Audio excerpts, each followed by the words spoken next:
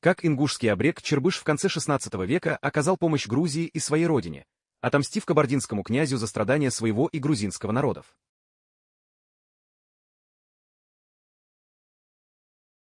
В книге под названием «Этнонимы и племенные названия Северного Кавказа», изданном Академией наук СССР в 1973 году, со ссылкой на труды Башира Далгаата и народную песню-легенду Махкинан, содержится предание об ингушском мстителе Чербыже, которому во время завоевательного похода князя Малой Кабарды Темрюка 1562 года вместе со всем своим народом пришлось искать свое спасение в горах, где он и обосновался, женившись и взрастив 12 сыновей, и как он, объединившись с сыновьями, сумел отомстить угнетателям за страдания своего народа.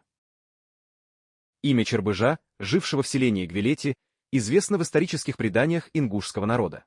Одно из таких преданий, записанное Баширом Далгаатом, рассказывает, как Чербышу удалось разбить войска князя Малой Кабарды, шедшего на Тифлиис, и как за эту услугу грузинский царь Георгий подарил Чербышу землю от Казбека до Гумлета.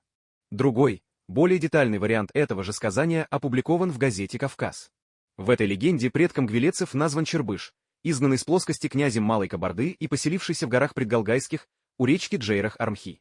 По преданию, в селении Чербыжа жила одна фамилия, включавшая его 12 сыновей.